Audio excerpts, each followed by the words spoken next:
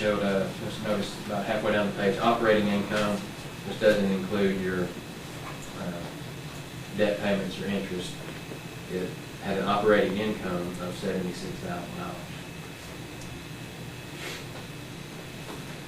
All right.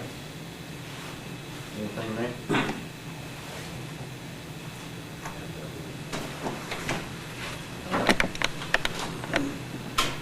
If we turn back to page 14, this is a sure. Excuse me. That include that $25,000 repair we had on the well? No, that we capitalized that, and that's included on your balance sheet in the cost of the system. That didn't go into repair. Yeah, that'll be included in your fixed assets, and it'll be written off over a number of years in the depreciation.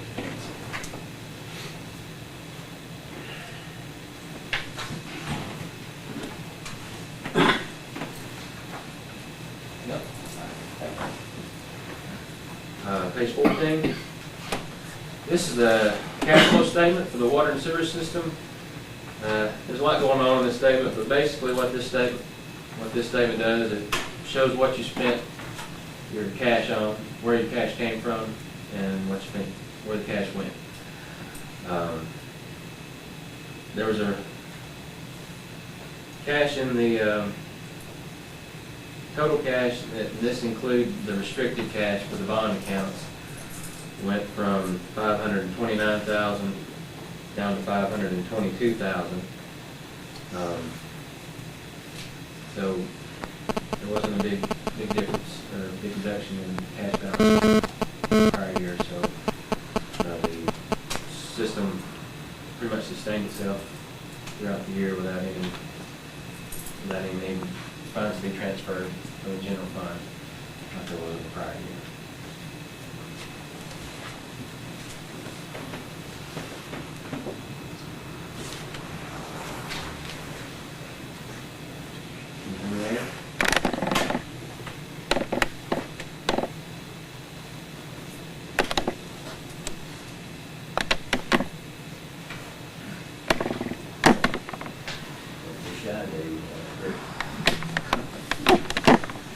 That's the basic financial statements. All these statements in the back, the 100, 200, 300, 400, 500 section, basically what that is, it's just another breakdown of what we've already went over, and a lot of it shows a comparison to this year to the prior year, whereas the stuff in the front just shows the current year. So you can use the stuff in the back to see where you were and where you are now in the balance sheet. So page 15 through 30 is the disclosures, footnotes, the financial statements, which a lot of it gives a little bit more detail, breaks down the numbers on the statements that we just went over. Page 15 through 19 is just your basic accounting principles. Nothing really changed there from the prior year. It just gives an overview of the type of entity that you are and the type of accounting that you use. And it gives a little bit of an explanation about the government-wide statements versus the governmental statements.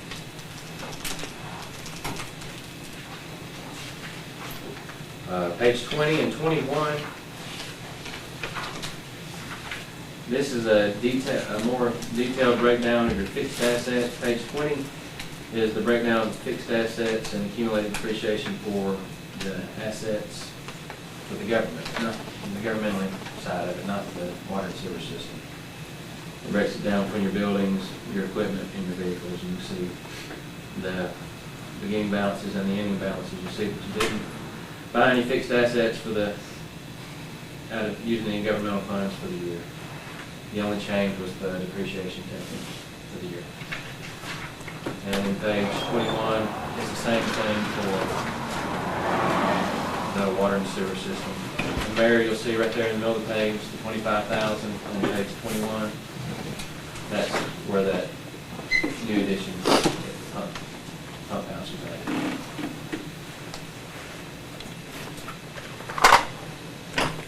$2,400 decrease, that was just, every year we go through the detailed fixed asset listing, and if there's any items that you don't have anymore, that were, you know, may have stuck around on the listing from over the years, it may have been like small equipment, or it may have been used up or thrown away or whatever. We just take those off the, but you didn't sell any fixed assets or dispose of them again. That's pretty much just a cleanup of the depreciation listing.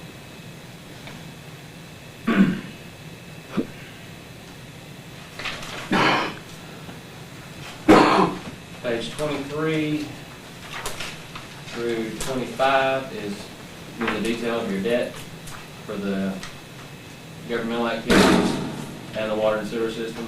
Page 23, note 6, you'll see long-term obligation activity there in bold. And right under that, you'll see governmental activities, the general obligation warrant series 2004. That's what's paid out of the general fund. You'll see the beginning balance there at $325, and the scheduled payments that were made during the year, and your ending balance of $300,000 at the end of the year. And then that last column shows what the principal that'll be due next year, $25,000. And then the section under that details out all the bonds for the water and sewer system. Beginning of the year, owed 4.2, you owed 4.2, and you made principal payments of about $53,000, and about $55,000 will be paid in the next year. That's just principal, that doesn't include interest. Why does it go up? Well, you make the same amount of payments, but each year the amount you pay in interest goes down, and the amount you pay in principal goes up. So you pay a little bit more in principal each year and a little bit less interest. Slowly.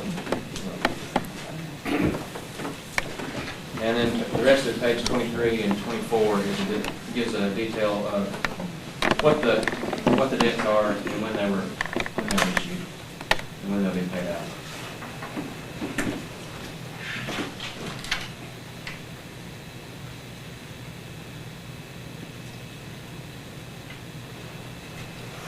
Anything there?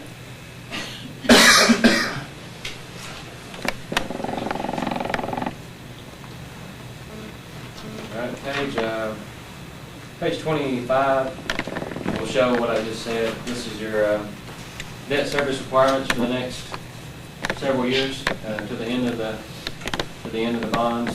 You'll see that each year, you know, that you pay a little bit more principal and a little bit less interest each year until they're all paid out. And the 2004 obligation that's in the general fund, it'll be paid out in 2019. And the water and sewer system schedule will be paid out in 2044.